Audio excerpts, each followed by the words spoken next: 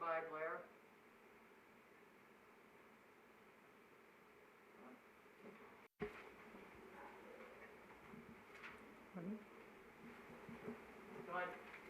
Oh, thank you. Welcome to the Historic Preservation Ordinance Ad Hoc Committee meeting for Monday, February 22nd, 2021. This meeting is called to order. We will now say the Pledge of Allegiance.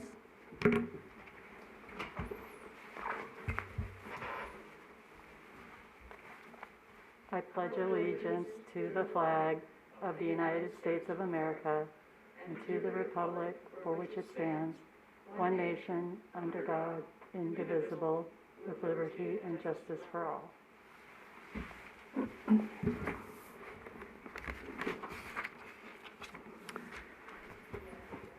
Next on the agenda is the public comment period. Public comment during this portion of the agenda must be limited to matters on the agenda for action. Each person has up to 5 minutes to speak on a specific agenda item. Public comment, whether on an agenda item or general public comment, is limited up to 5 minutes per person. Members of the public may participate in the meeting without physically being present by one of the following methods: written comments. Public comments may also be left at voicemail at 702-293-9210. Messages received will be broadcast into the council chamber.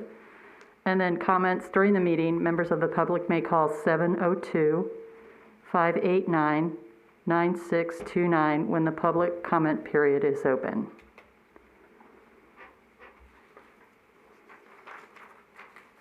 So we're not having public comment now, or we are? No, you should open comment period now. So meeting is open to public comment now. The number again is 702-589-9629.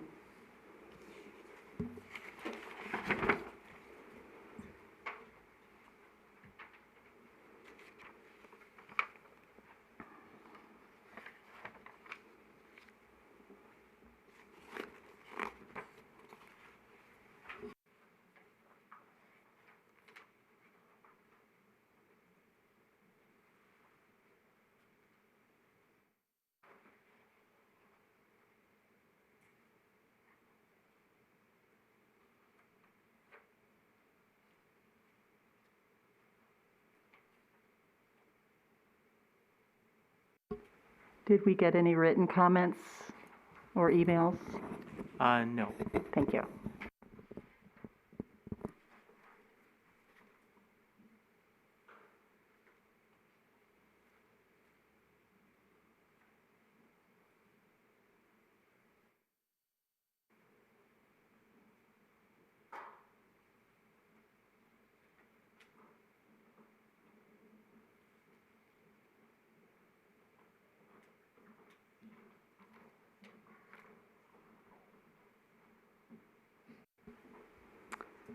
Continuing on with the agenda. First item on the agenda for possible action, approval of the minutes of the December 14th, 2020 regular meeting. Are there any comments or changes?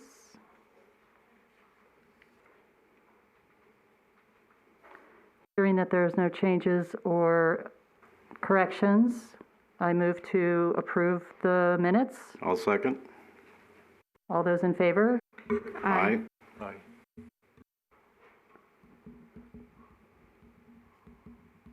Okay. Second item on the agenda, for possible action, committee review of resource material. Good evening. Just a very brief update. At the December 14th, 2020 committee meeting, the committee had asked for several documents to be included as part of the material for this meeting's consideration.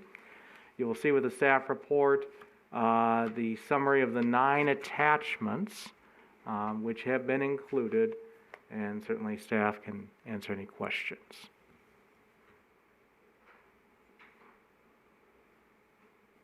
Does anybody have any questions about the material or comments? I would like to say I appreciate all the work, even though it resulted in a couple thousand pages of material. I think it's great to have this in one place. It's a point of reference now that we can all look to. The inclusion of the prior ordinances and one that was apparently never passed, it had been proposed but never passed. Again, I think those are worth reviewing, but I don't know that we need to spend a great deal of time on it. Thank you. Chairman Davenport, and just to highlight, included in this material is the work plan that the committee had asked that would be brought back at each meeting. So that is a guide for the committee to see progress being made, as well as the approved bylaws. And you'll see the red notations which reflect the changes that were made by the committee at the December 14th, 2020 meeting. Thank you.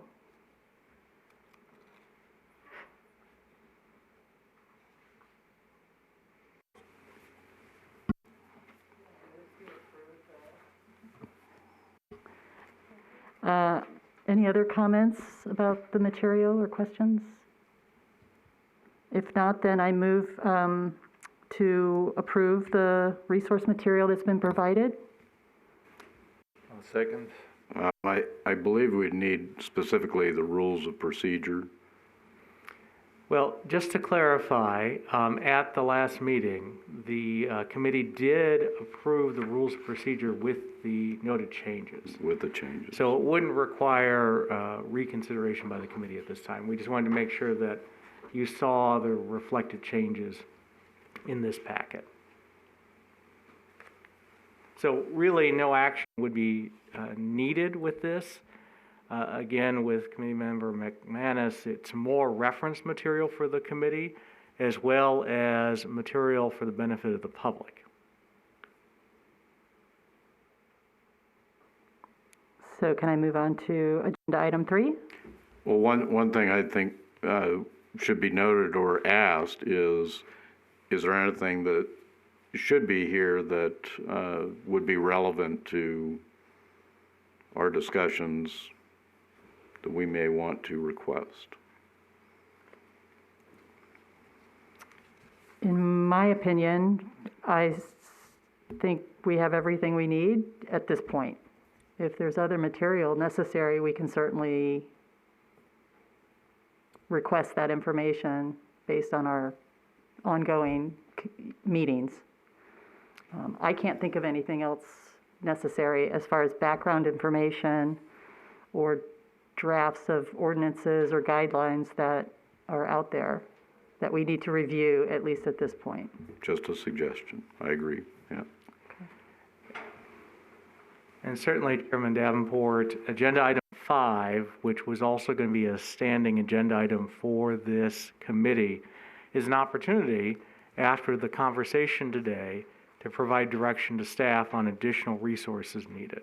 And that could include additional information, material, or support. Thank you.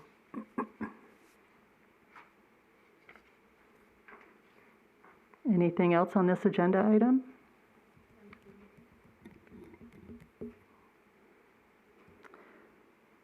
All right, moving on to agenda item 3 for possible action. Committee discussion of the State Historic Preservation Office or SHPO model ordinances, the 2000 city ordinance, and the current city ordinance. So Chairman Davenport, what we provided here is at the request of the committee at the last meeting on December 14th. And in addition to the same 4 documents that were presented at that meeting, you had also requested that the acting city attorney review specifically the model SHPO ordinance. And so acting city attorney Walker is here to provide her overview after reviewing those documents. Thank you. Hi, good evening, committee members. Brittany Walker, acting city attorney. So yes, I reviewed the current Boulder City ordinance as well as the 2000 ordinance, as well as the model ordinance that's provided both without a historic preservation officer and with a historic preservation officer. The largest difference, the current Boulder City ordinance, the largest difference is that it's voluntary compliance. There's also not any requirement for an owner of a historical property, if they want to make improvements, they're not required to seek a building permit before, or authorization from the committee before seeking a building permit. So the 2000 ordinance and the SHPO model ordinance today were much more robust, and they had detailed requirements for historic property owners to apply, both have more involvement in the designation process.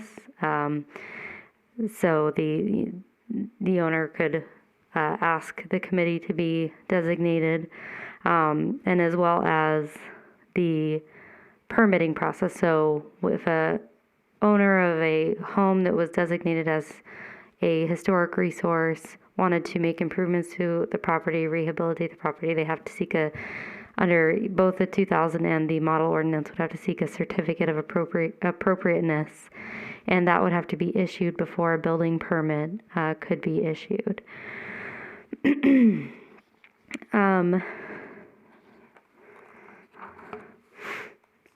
Under both the old 2000 ordinance and the SHPO ordinance, that approval process can go through the committee, which right now we have the Historic Preservation Committee. Under the former ordinance, it was the Cultural Resources Commission. Under the SHPO model ordinance, it's the Historic Preservation Commission. And they would review the permitting application for, whether it complied with the characteristics of the district or the property, and making sure that it was appropriate for the historic preservation. There was detailed requirements on how it had to qualify, et cetera, and then that would go before the committee for approval. With a historic preservation officer version, there's also an opportunity for an administrative process. So it's a little bit more streamlined if the permit is relatively routine for staff just to review in consultation with the chair of the commission. Or you can do a full commission review where it's noticed as a public meeting and the applicant has to come before the commission for approval. So I'm just going over the kind of differences between current law, the 2000 ordinance, and the SHPO model. So in the 2000 ordinance had 7 members for the commission, the current ordinance has 5, and the SHPO ordinance has 5. All of them require there to be 1 member with professional training, and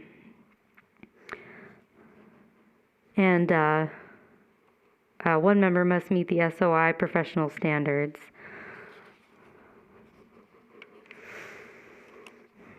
In addition, the terms were different. Currently the terms are 3 years. In the 2000 ordinance, the terms were 4 years, and then the model ordinance before you today, the terms are 2 years.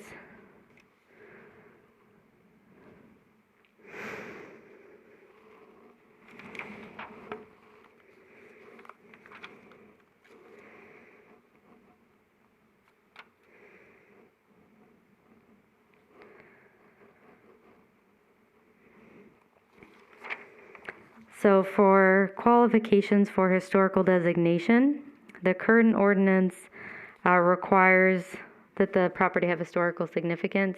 The 2000 ordinance and the SHPO ordinance are more detailed. They require the property usually to be at least 50 years old and have certain historical, architectural, archaeological significance. There's additional requirements listed in each ordinance.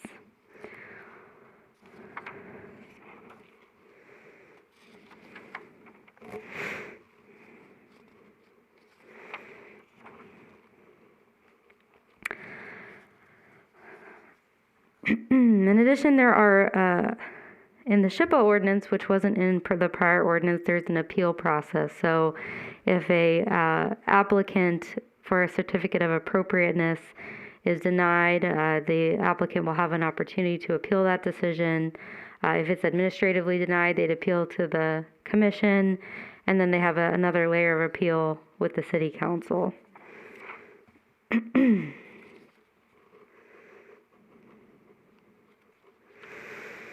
And then, of course, demolition permits. We currently have a demolition permit process that just delays the demolition for 45 days, but there's really no requirement that the property not be demolished. So the 2000 ordinance and the SHPO ordinance has very specific processes and more of a requirement that the demolition applicant meet certain criteria before the property could be demolished. In addition, both of the SHPO ordinance and the 2000 ordinance have economic hardship or economic viability exceptions where the applicant, if they can show that the property would not permit a reasonable rate of return, they can possibly get demolition approved. They meet these certain qualifications.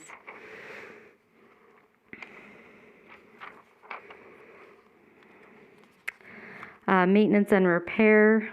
Our ordinance currently does not have any maintenance and repair obligation on the part of the owners, and both the SHPO ordinance and the 2000 ordinance had provisions for maintenance and repair.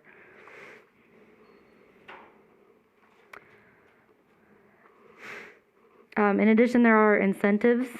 We currently don't offer any incentives for historic preservation in our current ordinance, but the 2000 ordinance, we offered incentives such as assisting in completing the grant application, locating technical information, water rate discounts for green lawns, which shows you that it's 2000.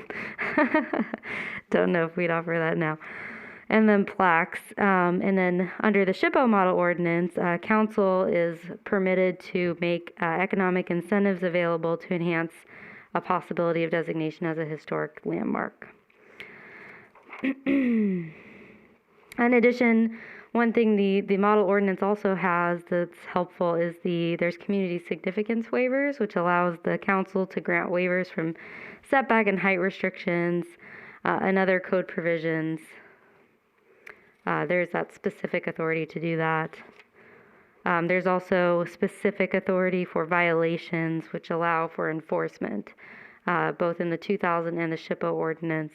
In our current ordinance, there's not any sort of provision like that.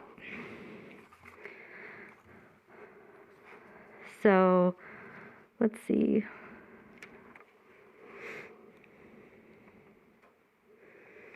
So what's required by SHPO in order to meet their qualifications is we have to have decisions that are binding, similar to building permits, and the review of planning must be in a public meeting. In addition, the ordinance has to contain criteria to substantially achieve the preservation goals and provide for the review board, which is the commission. This benefits of having this ordinance include we're eligible for 10% of the state's historic preservation grant pass-through, and we're also eligible for other federal grant opportunities.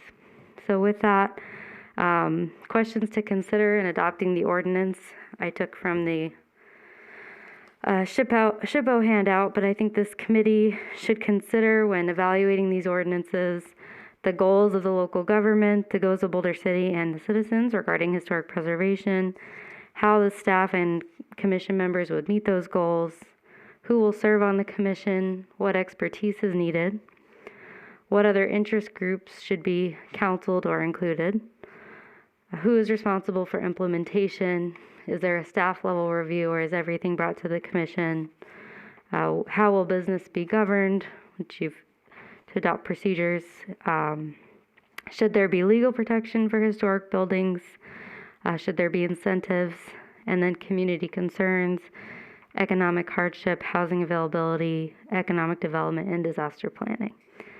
So with that, I'll happy to answer any questions.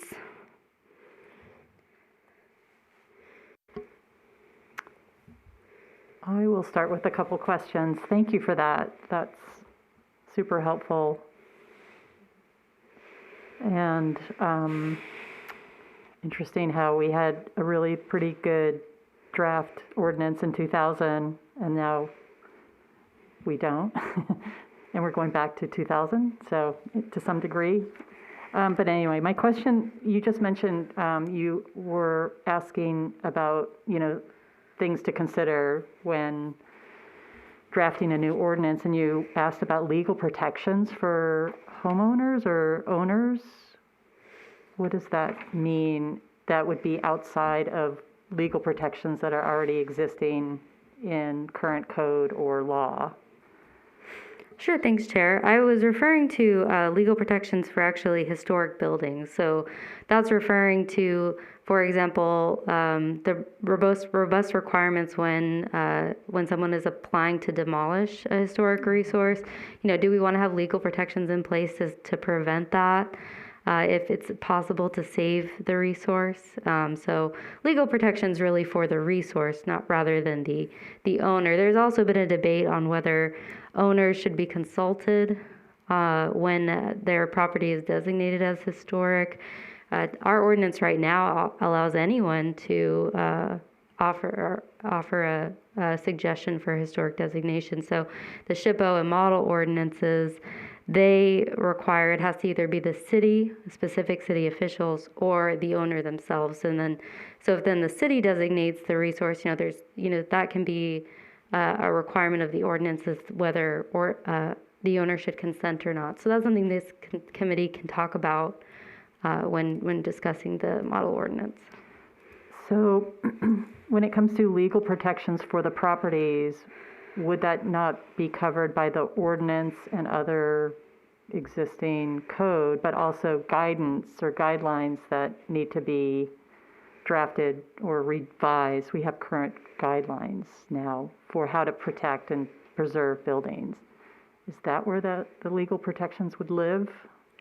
Yes, the legal protections would be in this ordinance and the guidelines. The question for this committee really is to consider what the extent of those protections are. Okay.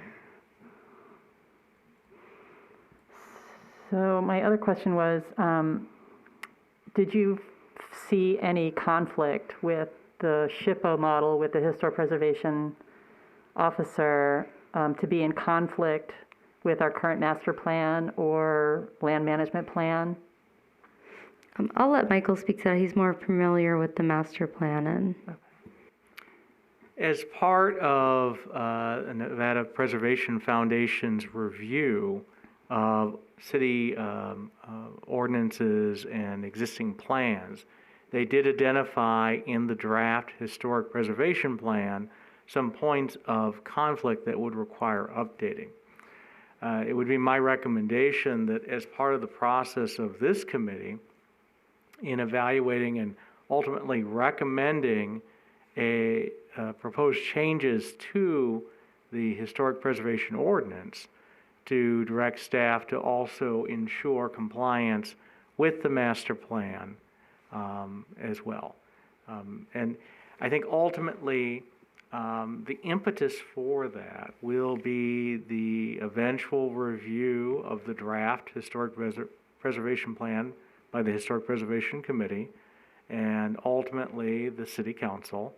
And with its adoption, it will have action items of how to proceed to address and bring everything into alignment.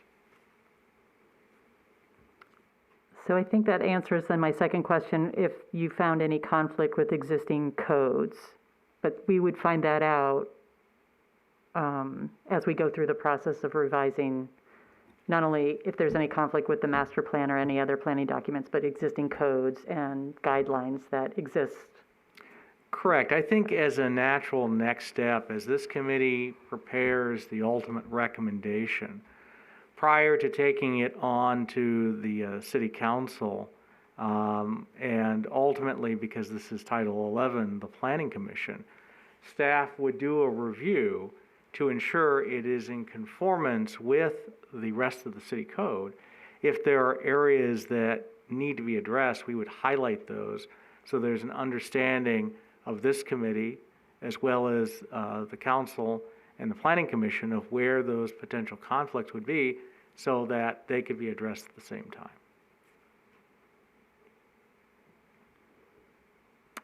And so you just mentioned that since it's Title 11, it has to go before the Planning Commission, or they have to be part of the process?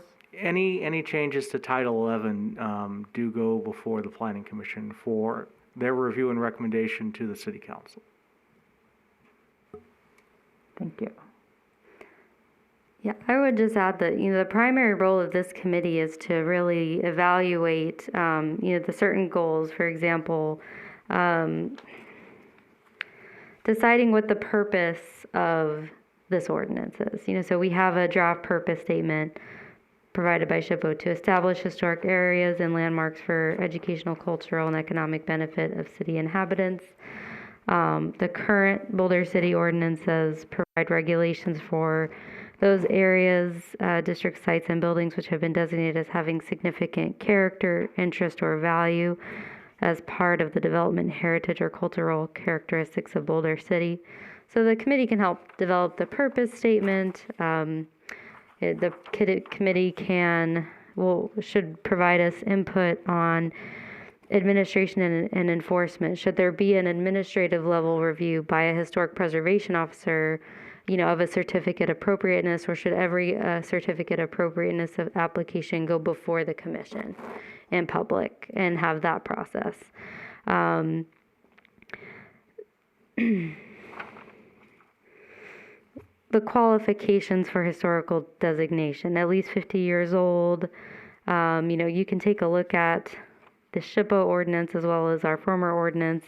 They're very similar, but are there other criteria we should be considering when deciding whether to designate a historic dual designation? Who should make the decision, or who should have the ability to apply for historical designation? Should the owner be required to consent to historical designation? Those are the sort of policy questions really that this committee's input would be super valuable on. And I would say the demolition process, application process, the economic viability exception, looking at those policies and just determining, what's appropriate and what's best for the city. Whether incentives should be offered, what types of incentives the city can offer. And then possibly on violations, what sort of authority should the city have when it comes to violations of the ordinance?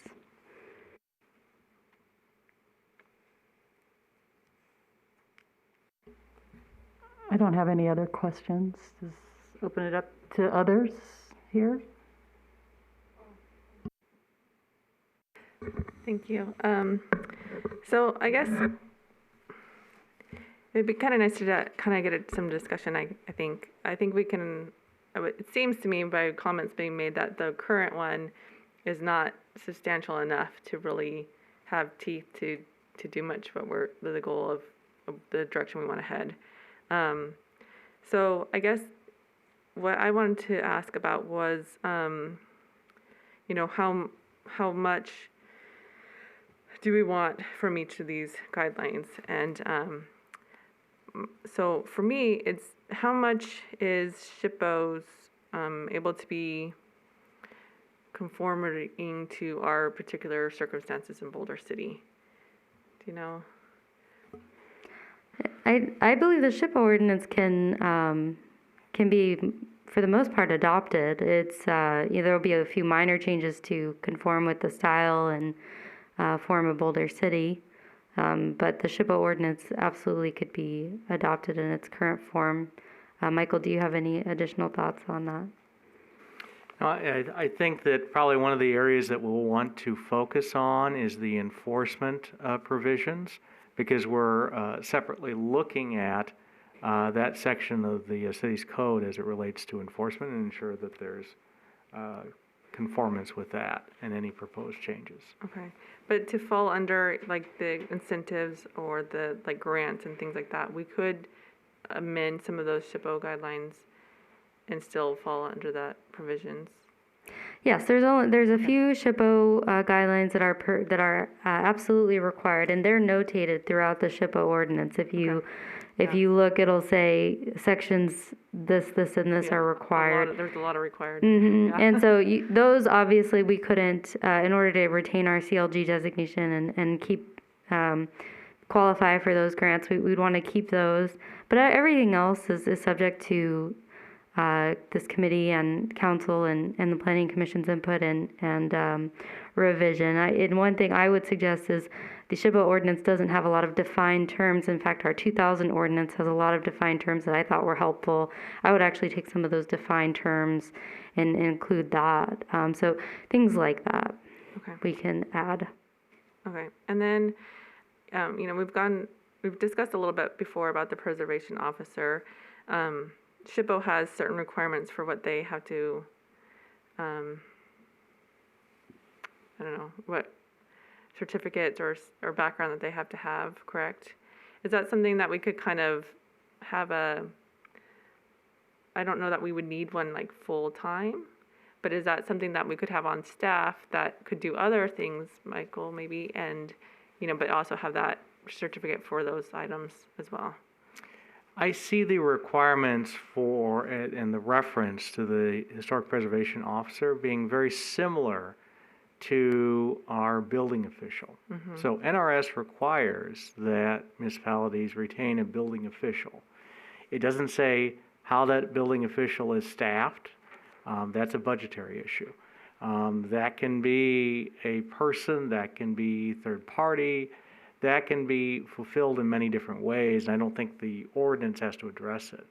If this committee is comfortable with the concept of an individual, whether it's a third-party firm or a staff person, being designated as the historic preservation officer, similar to the building official, then it's up to the council to decide from a budgetary policy standpoint how that is fulfilled. Okay. Would there be any concerns if that building official was making those administrative decisions, that they need to have a better background than just a building official in more historic areas? I guess. That would be the expectation, that you're going to be having somebody who has the qualifications, because they ultimately are going to be making recommendations on the certificate of appropriateness of each proposed project within a historic district. That will be considered, and that information will be evaluated by the Historic Preservation Commission. Ultimately, it could be appealed to the City Council, so you're going to want somebody with that expertise, regardless of the position, making those assessments. Okay. So I guess my comment would be that I think that if we had specific design guidelines and attached with these, so that makes it very clear, that it would make it very easy for administrative purpose included in it, so that say I wanted to paint my house or something, right, and this is a list of appropriate colors, that could just go in and check, it's done, and move on. But if it's something that's outside of what that guideline, then it would go on to the commission and then could be appealed to the council. I mean, that's how the SHPO model ordinance with the HPO is written. There's that administrative level review where the HPO just consults with the chair. If there's certain guidelines, it just checks all the boxes, they can just approve it, right? Mm-hmm. But if there's questions that the commission's input is really needed on, then they can just schedule it for hearing. Yeah. Okay. I think that's all. I don't think I have any other thing, but I did like that process of being able to appeal, having someone that could probably just check things off if it's, within the guideline, and but yeah, having a commission that's more a commission and not just a committee as well.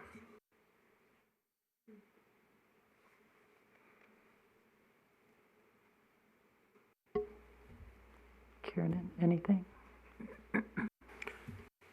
Yeah, we had talked about it a little bit at the previous meeting about this HPO position that's defined in the model ordinance. And again, I think we've had a good explanation of that from Mr. Mays and Ms. Walker.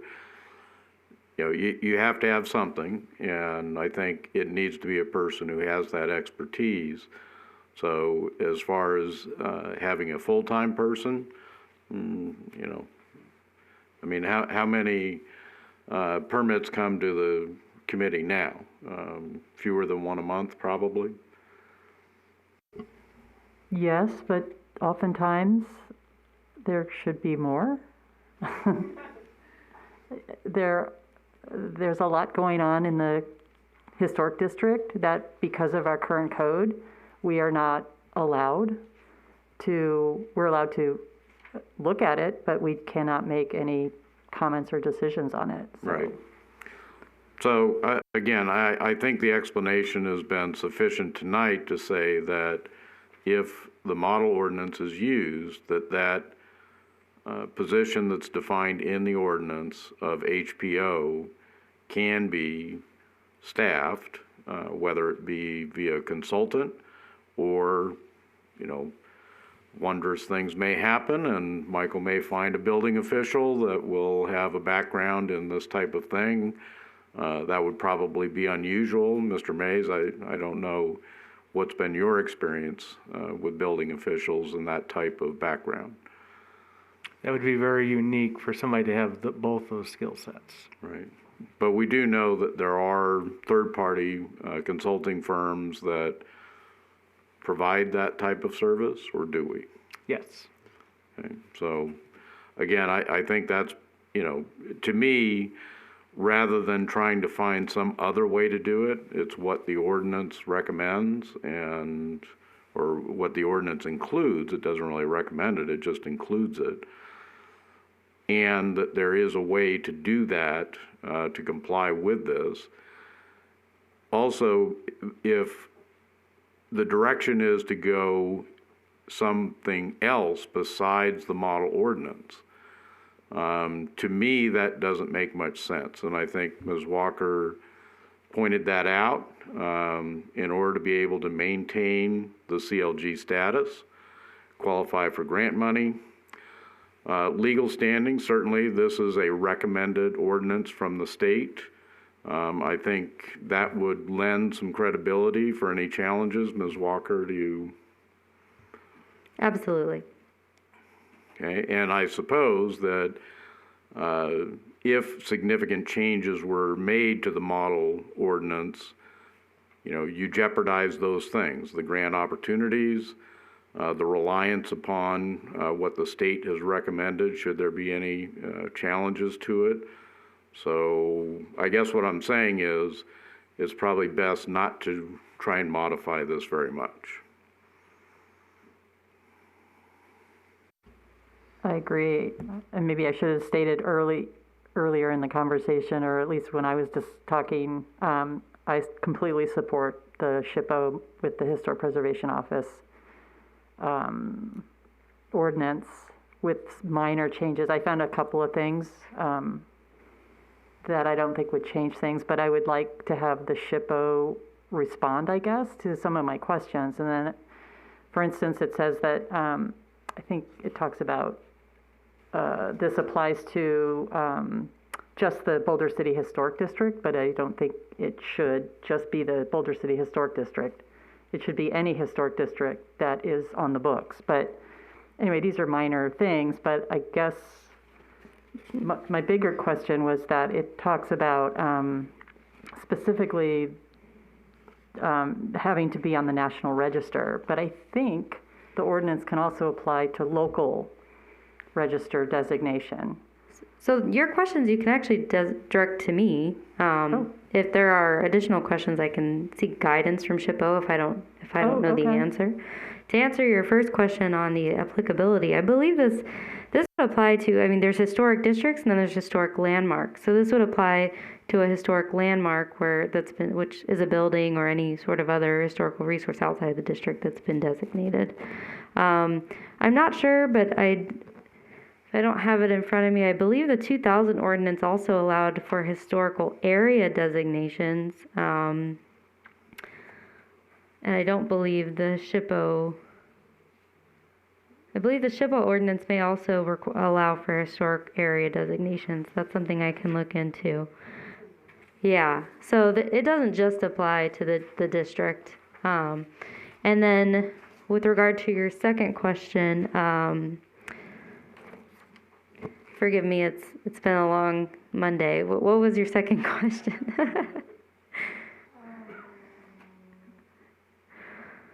I think it was. Talks about designated historic property in the definitions. And it says to meet criteria established for inclusion of the property in the National Register. Oh, So there that's it's right. pretty specific, and I think,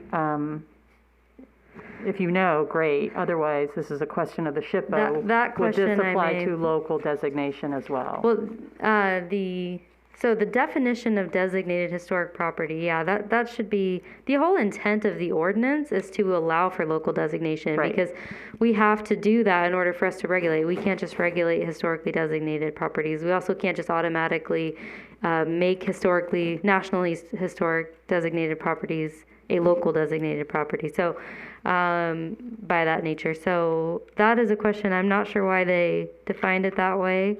So I will reach out to SHPO and get an answer for you on that.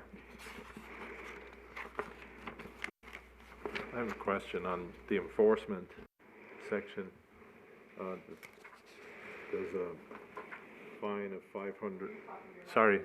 there's a fine of $500 for each offense. Is that something that we as a committee does that have to be $500 or can it be? Yeah, that's something that. Could we have a high fine like that $500 for each offense, and that's a daily, that's $500 per day, so that's 15,000 a month for a violation, but could we have different levels of violations, like if somebody demolished, or, I mean, you know, for minor stuff, you know, we're hardly gonna, people are gonna get saddled with a $15,000 bill maybe for something that's minor. I mean, maybe they neglected to fulfill their obligations and stuff, but still it seems, I imagine I was just wondering if we have the opportunity to rewrite that a little bit and make up our own little Yeah, the committee can definitely have input tier on. of different violations maybe. Sure, yeah, the committee can definitely have input and recommend tiers of violations. Cool, great. And the amounts for that. I think my second question that we both forgot was, does the SHPO need to approve a draft before it goes before planning, city council, or what? My recommendation would be that once this committee creates a recommended ordinance, that we do send that to SHPO, get their input before proceeding.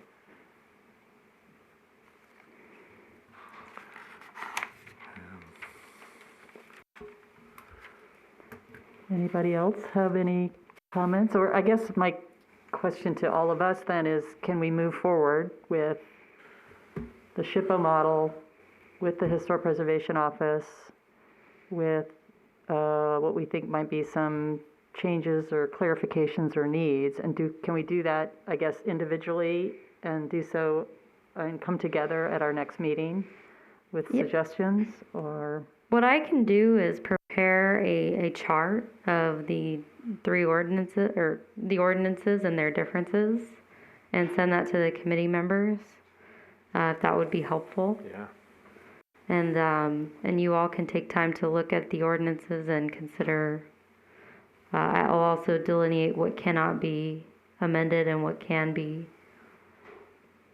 Great, that would be great.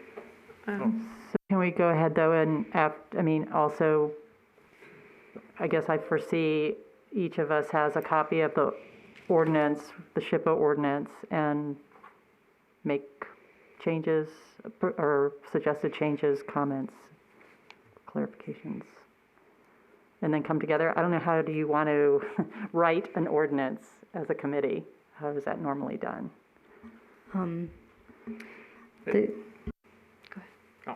I think just with like any text amendment, the draft text amendment is presented to council or committee, and they debate the language, and at a meeting make changes to that language. And then with those proposed changes, staff would verify that it's in conformance with the rest of the city's ordinance, and concurrently seek SHPO feedback on those proposed changes so that it can come back to this committee with that information. What I meant was, sorry, a first draft. How do we, the four of us, work together to create a first draft? Well, you kind of have the first draft now. It sounds like from the committee you're supportive of the model SHPO ordinance. Certainly, I've been taking notes about some of the things for clarification, further guidance to staff on any modifications to that ordinance, or more information you'd like to see on the different aspects. You could provide that feedback. We could work on that and bring that back before the committee at the next meeting. So I just told you like one thing that I was thinking of, but I haven't like really gone through line by line to say, look at number, page 3, paragraph 6, line 2, and please consider adding state and local register.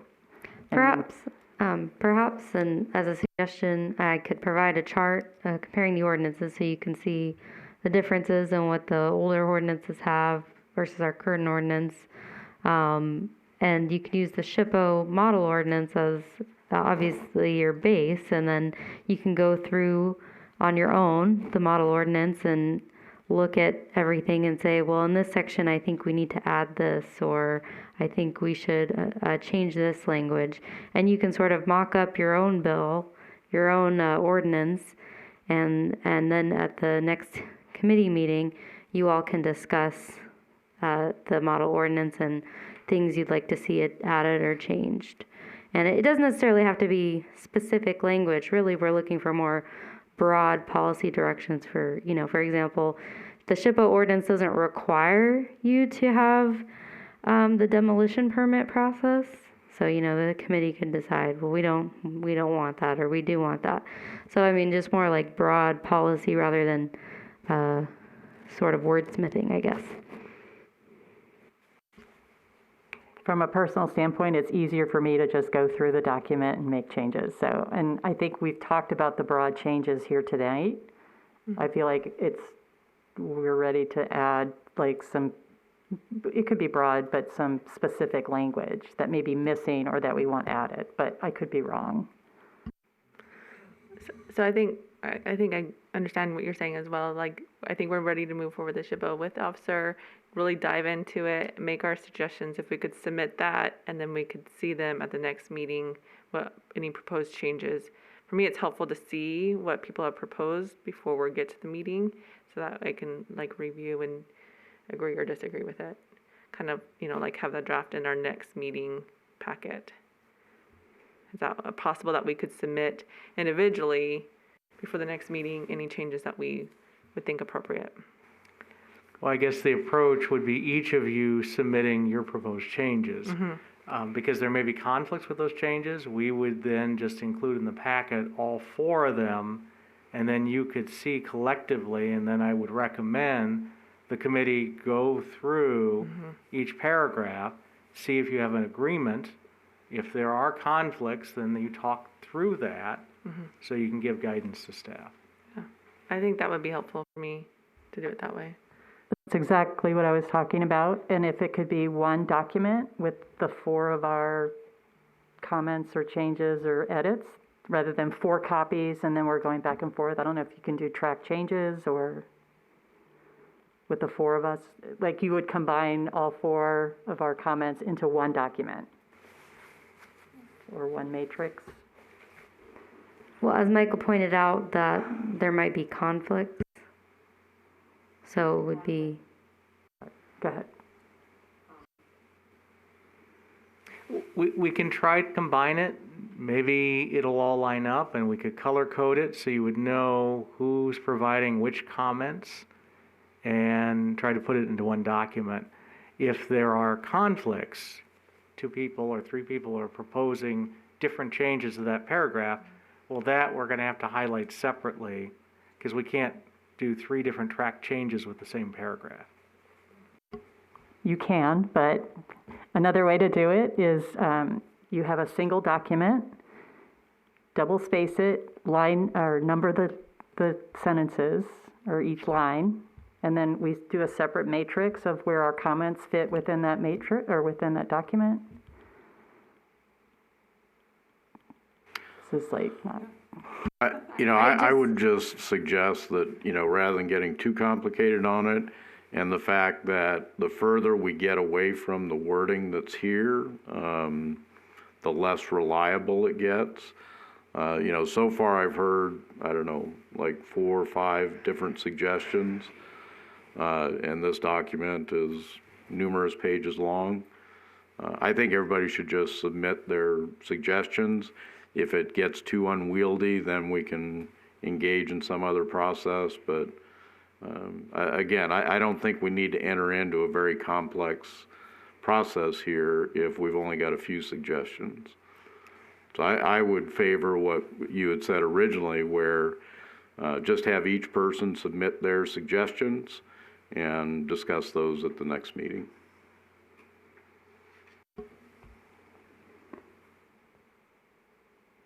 That's fine. I just didn't want 4 different copies that we would have to look at our next meeting and say, oh, Kieran over here said this, and, somebody said this, and there's no, I think each person can just reference the paragraph that they're referring to. Okay. So, again, if it were to be where somebody was submitting 20 or 30 suggestions, yes, I think that could get problematic trying to make those comparisons. But again, if we're going that far away from this model ordinance, that could be an issue in and of itself, I think.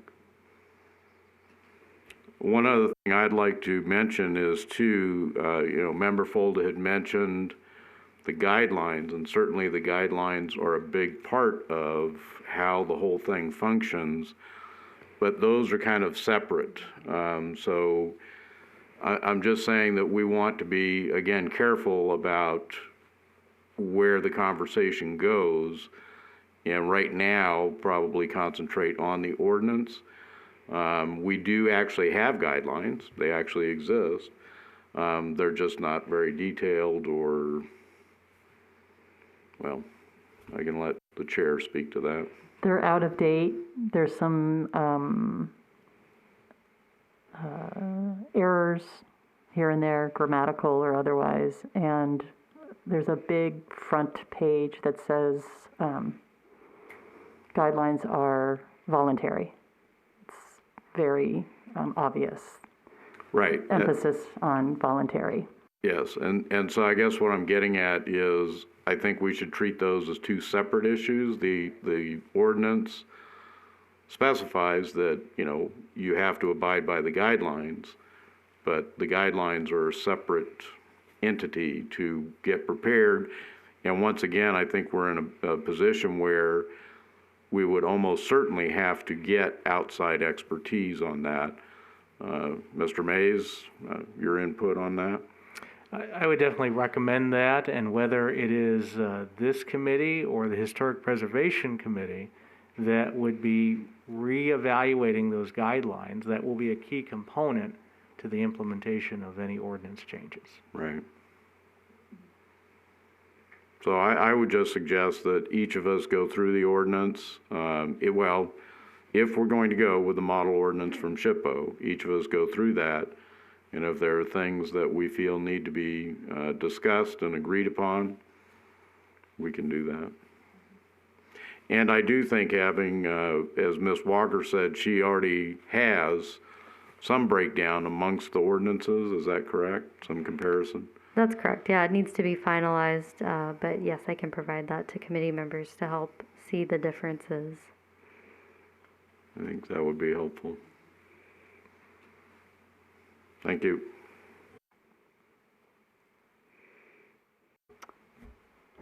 So, I tend to agree with Kieran. I don't think there's going to be a whole lot of changes that need to be made, so it sounds good to me to compare them all. We'll all have them beforehand, before the meeting, right?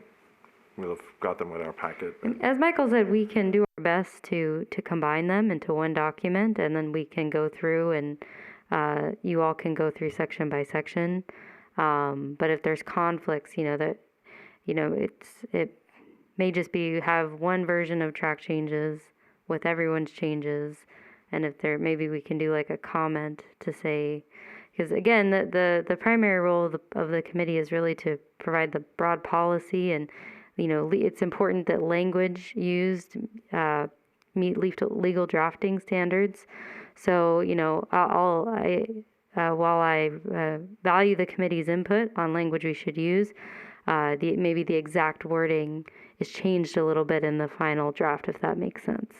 So I guess that was my main concern. But yeah, we can do our best to combine them.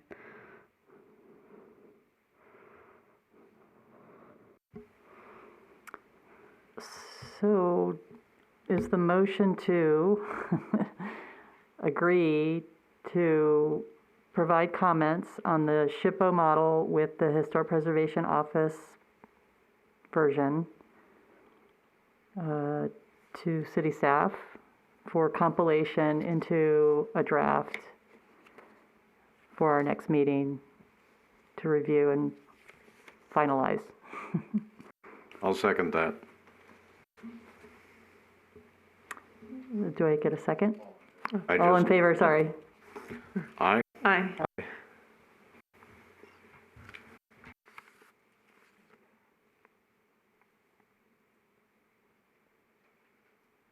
Okay, agenda item number 4, for possible action, committee review of SHPO resources. So Chairman Davenport, at the last meeting, the committee had requested that a member of SHPO either present in person or via telephone to be able to answer questions about the model ordinance. Unfortunately, they were unavailable. They did provide some resource material. And certainly, if there's desire by the committee to ask again, I can reach out again to see if we can have somebody attend, at the very least, via phone at the next meeting.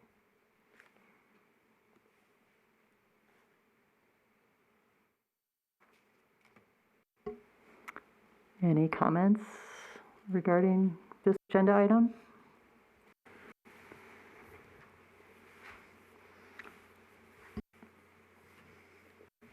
I would say that, the information that's included here talks about the fact that a one-size-fits-all is difficult to develop, that there will be some local things, and I think we've already discussed that fact, that maybe there are some changes that we would like to see, or that individuals would like to see.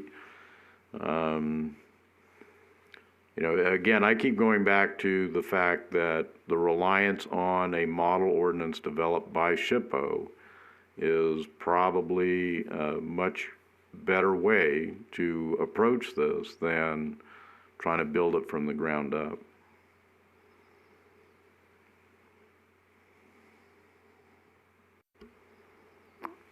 I had a question about, within the packet, there was, it was from the National Alliance of Preservation Commissions, and it was the local preservation ordinances, making them work for your community. And they address some things to consider when drafting an ordinance, and that was historic preservation overlay zones, and also conservation districts and conservation overlay zones. And I guess I was wondering if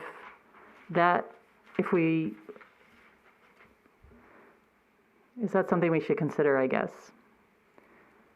Or is that addressed in other ordinances that kind of overlap with the historic preservation ordinance? I will say, I believe the 2000 ordinance spoke to automatically designating the property or putting the property in the overlay zone, in the historic overlay zone once it was designated. That I don't think the SHPO ordinance speaks to. So that's one thing that was a unique characteristic of Boulder City's ordinance that perhaps could be implemented into the SHPO ordinance. I've always kind of thought that the current guidelines, which if you've looked at them, are divided up by neighborhoods, the A, B, and C streets, the business district, it's kind of already overlaid. Those guidelines are kind of act as an overlay. Would the guidelines be, in a sense, an overlay or guidance for the overlay districts? I don't know. Or is that something we deal with when we get to the point where we have to look at our guidelines more closely so that they do align better with our new ordinance? Or do we put it in the ordinance, or our new ordinance? The question of staff? It is. It's out there for everybody. There's very detailed requirements on the overlay district in the 2000 ordinance that I think the committee should look at. I'll let Michael speak to what our current ordinance talks about. I don't have that information. I think that when you're looking at overlay districts, it's an opportunity similar to the guidelines, but with regulatory provisions to say this neighborhood has certain zoning requirements that are unique to that neighborhood, and so that warrants the creation of the overlay district. I think they accomplish the same goal. If you have a restrictive ordinance in place that ties back to the guidelines and the guidelines are updated, that is in effect accomplishing the same thing. The distinction is that with an overlay zone, the assumption is that that overlay zone and modifications to the zoning ordinance are being considered separately, reviewed, public hearings, to approve that unique district versus looking at the entire historic district and then creating unique guidelines for different neighborhoods, if that makes sense. It's always confused me about that. Thank you. That helps clarify it. And the only time I've ever seen the use overlay used in Boulder City is in regards to the sign ordinance. I believe they call that an overlay for signage within certain parts of the city. Right. Okay. And so that is tied to the zoning, and you're making certain distinctions within a certain area, that certain requirements only apply to that area. And that's regulatory. So if we work on the guidelines, updating those, I guess we're going to make them regulatory if the ordinance is written using the SHPO model. Correct. Okay. Perhaps after you have reviewed your final recommendation on the ordinance, then, and back to Acting City Attorney Walker's suggestion, look at the 2000 ordinance as well. And her matrix, which is showing the comparisons, I think will be very helpful. You can consider whether additional changes would be warranted or not. I think the starting point is this ordinance.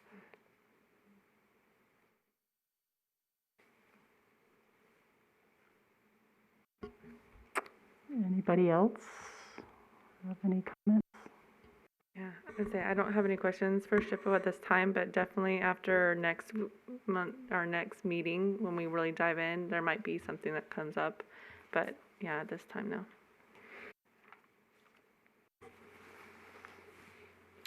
I would just mention that, with what has been done over the past year or two, obtaining the CLG status and looking at this, if we're talking about SHPO resources,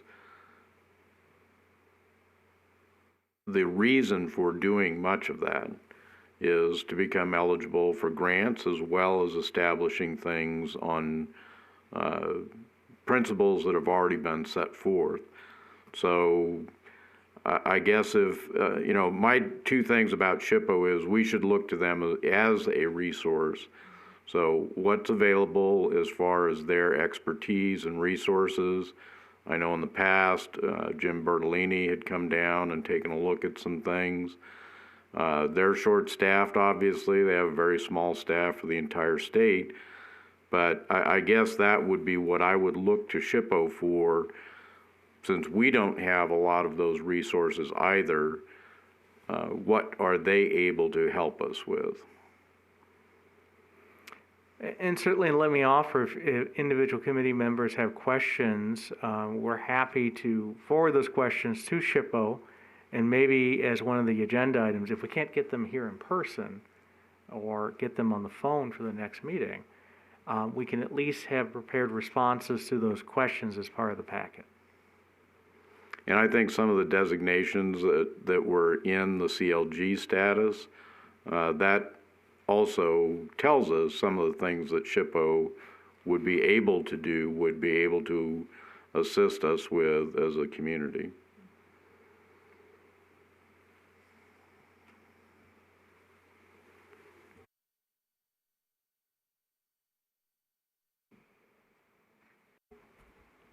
Thank you. Anybody else? Thank you. So let's see. Agenda item number 6 for possible action. Oh, sorry. Agenda number 5. For possible action, staff direction on additional resources needed by the committee. I think what I would like to add to that is totally relates to the previous agenda item 4, and that is your offer to continue to keep us, informed and provide resources as needed. But to continue, I would suggest or ask that you please continue to reach out to the SHPO to see what kind of resources and information they either can provide or that they need from us to move forward. So. Okay. Anybody have any additions, questions, comments?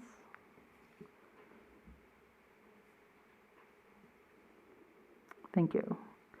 Let's see, agenda item number 6 for possible action, committee discussion regarding potential agenda items for the next Historic Preservation Ordinance Ad Hoc Committee meeting.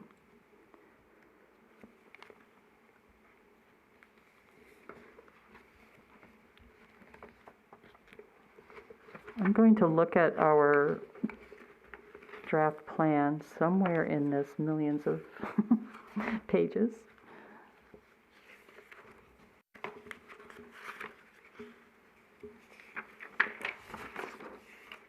Here we go.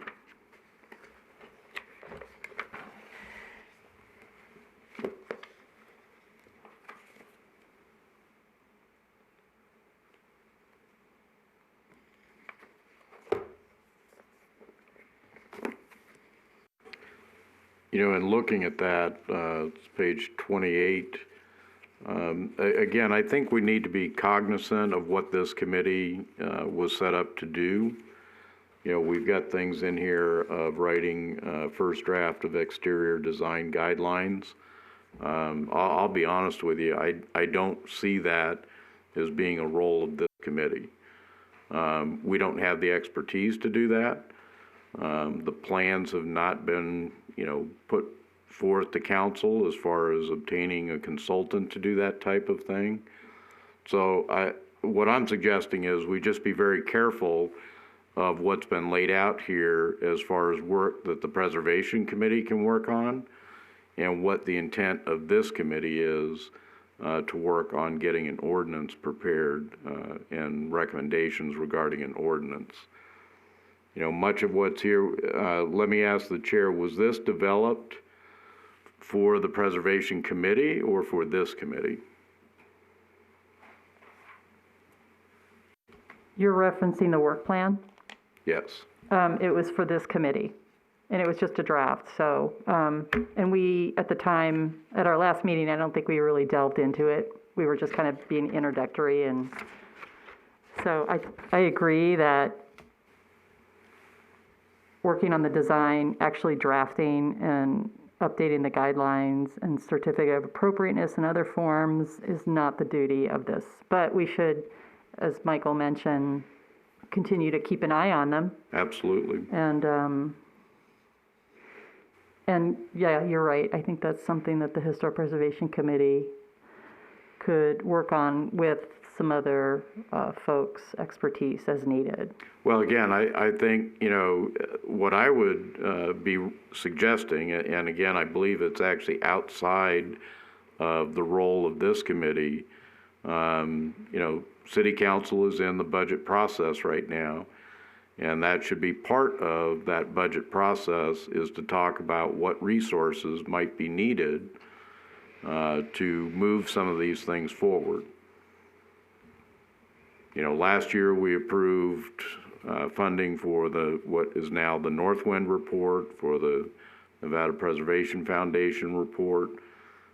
So I think that's actually something for the council to look at rather than this committee. Certainly suggestions could be made out of the Preservation Committee, I think, but. We can have an agenda item for the next meeting to update the goals and objectives of this committee.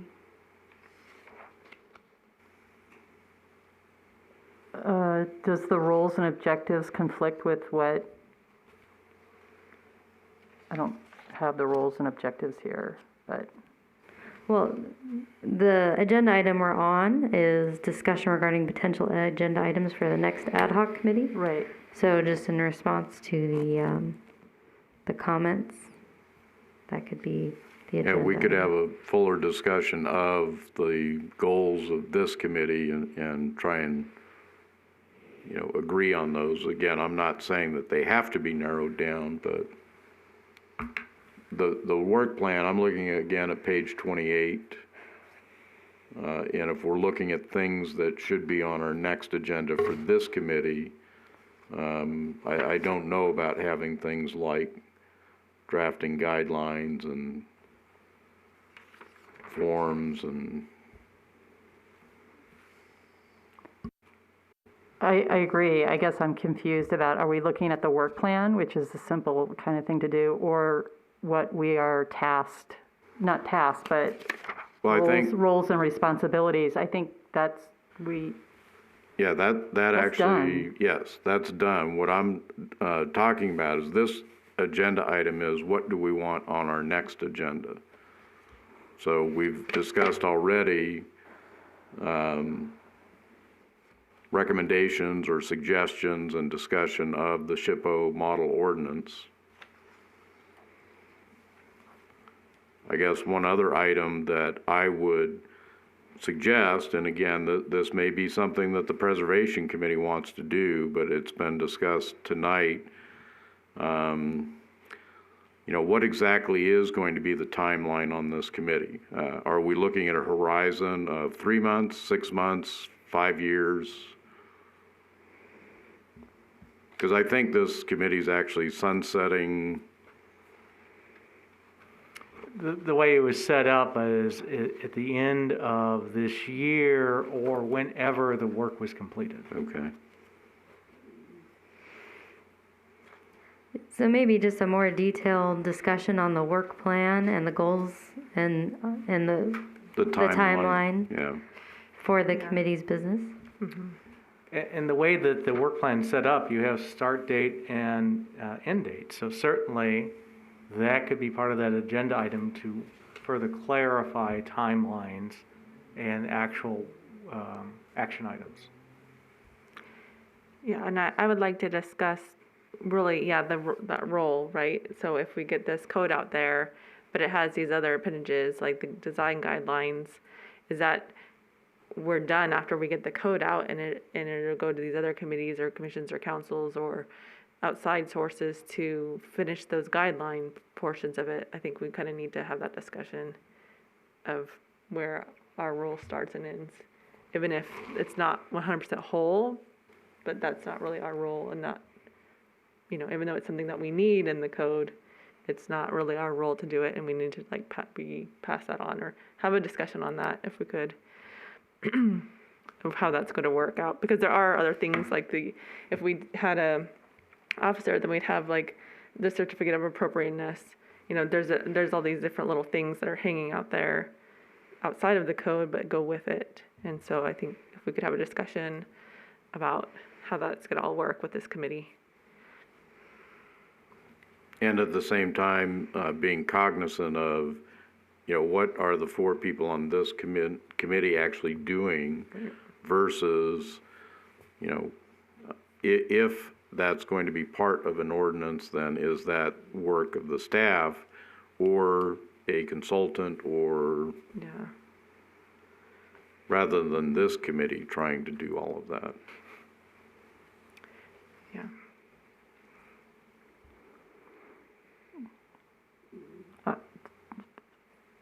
I totally agree that needs to be clarified, because I am still confused about revising. If, let's say, we adopted the SHPO model ordinance, all this other stuff is out of date or doesn't apply or is in conflict. So do you have to like do all these appendages first in order to pass the ordinance? Or do you have an ordinance that's just sitting out there, and if it says, yes, you will do this, but you don't have this to do, then I don't get why do you have this law that is baseless? Well, it wouldn't become law until the council does something about it. But by having a law or a recommendation for a law, I think that would then be able to set in motion the other things that need to be done. If we don't have a recommendation for an ordinance, then how does anyone else know what to do? I see. So the council needs a recommendation to pass an ordinance in order to then complete these appendages. Interesting. Okay. And I think, and again, I would rely on the acting city attorney to say whether I'm off base or not. Once a recommendation is made, or even if the council were to pass an ordinance, things can be written into that to say that certain things won't take effect until something else occurs. Yes, the ordinances can be written so that typically the effective date is 20 days after publication, but you can create a later effective date in order to give staff time to adjust other things that need to be updated in order to comply with the ordinance, and give homeowners and the public time to know that they need to come into compliance.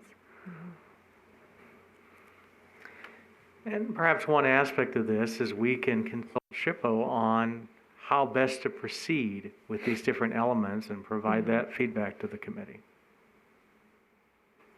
Yeah.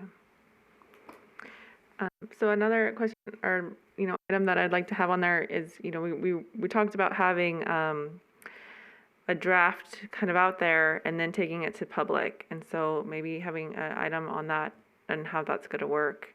If we kind of iron out a draft next council or next meeting, then if we could have an item that we would next bring that for public review, and then if based on, because we did discuss based on public feedback, then we could make any other additions before we recommend it on to either historic the Historic Preservation Committee or City Council. Which, Any thoughts on that?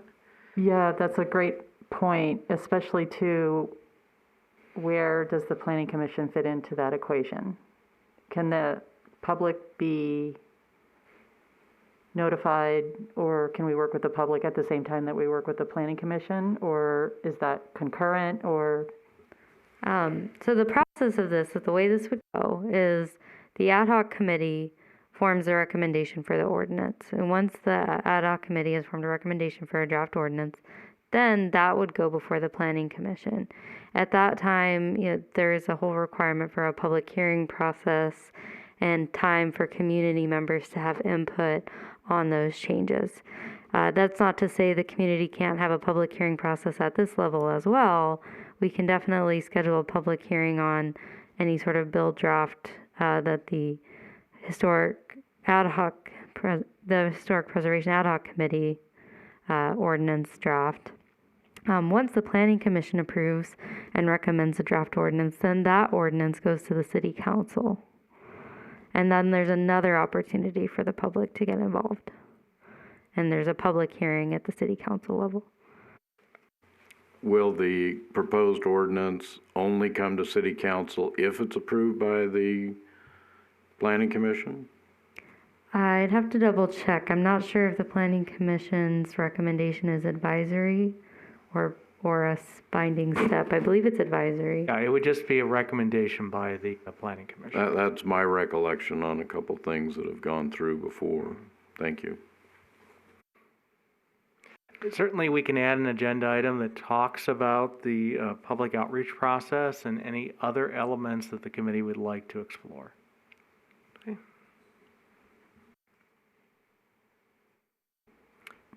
That would be helpful to have those listed, but also, I guess, some timelines that go with that.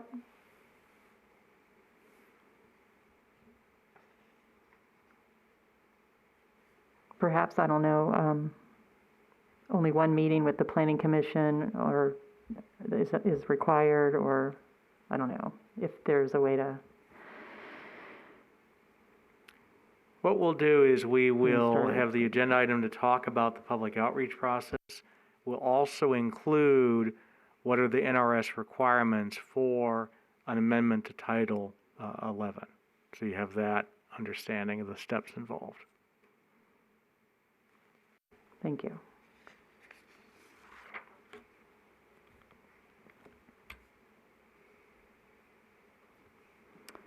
Any other items to add to the next time we meet?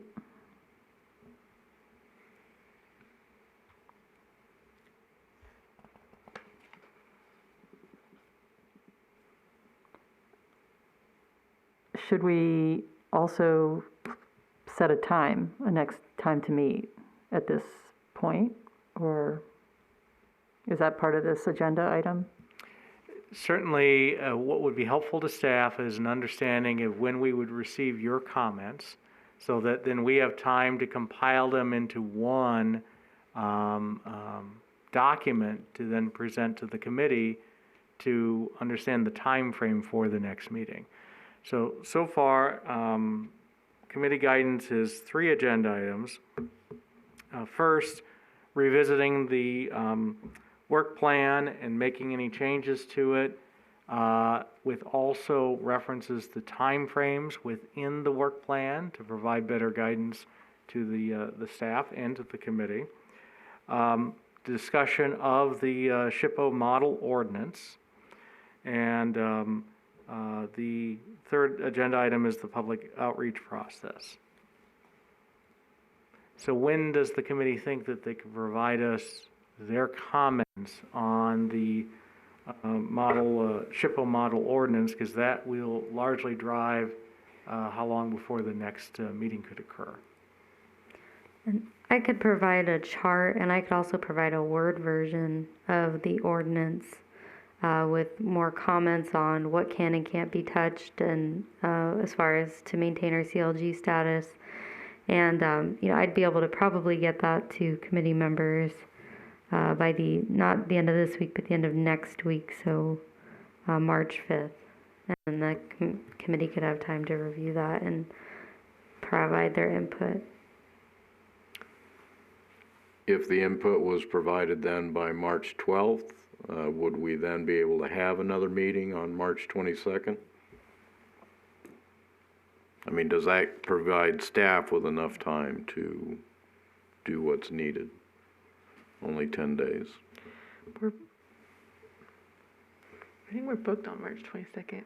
Yeah, I don't know. It wouldn't surprise me. I think I would say first week of April probably would be better, probably with the schedules of council right now, I think. How about this? We will try to set it up as timely as possible after we receive everything from the committee members. If maybe you can collectively say that once you receive the Word document, you commit to getting comments to us by a certain date, then I will work with Ms. Walker to compile that information and coordinate with each of you on your availability, because it will be largely subject to your availability, as to how soon we can have the next meeting.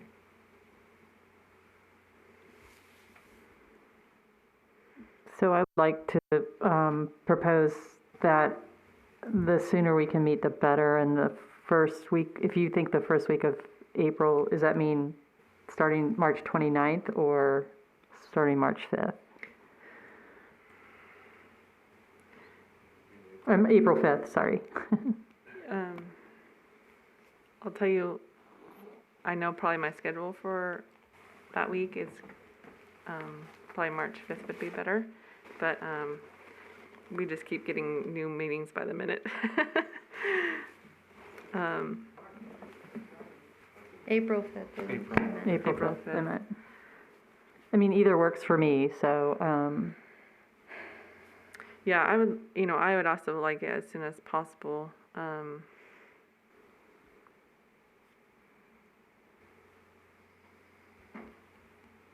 well, we can keep those two dates, tentative 29th, or March 29th Yeah. and April know, 5th. The 22nd would work if we were in about the same time if we did the 6 o'clock, I think, as well. That would be after council briefings. The 22nd? Mm-hmm. Oh, okay.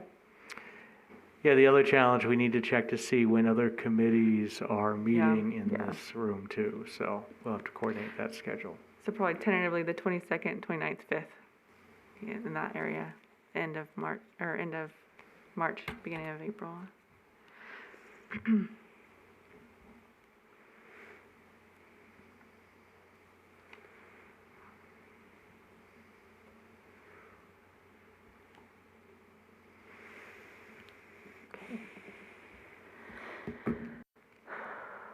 Do we need to put an order to make a motion on those agenda items?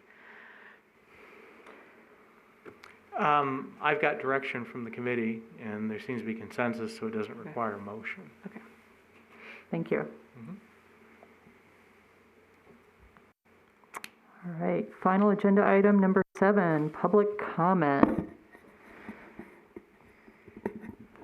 If you'd like to provide a comment at this time, the number is 702-589-9629.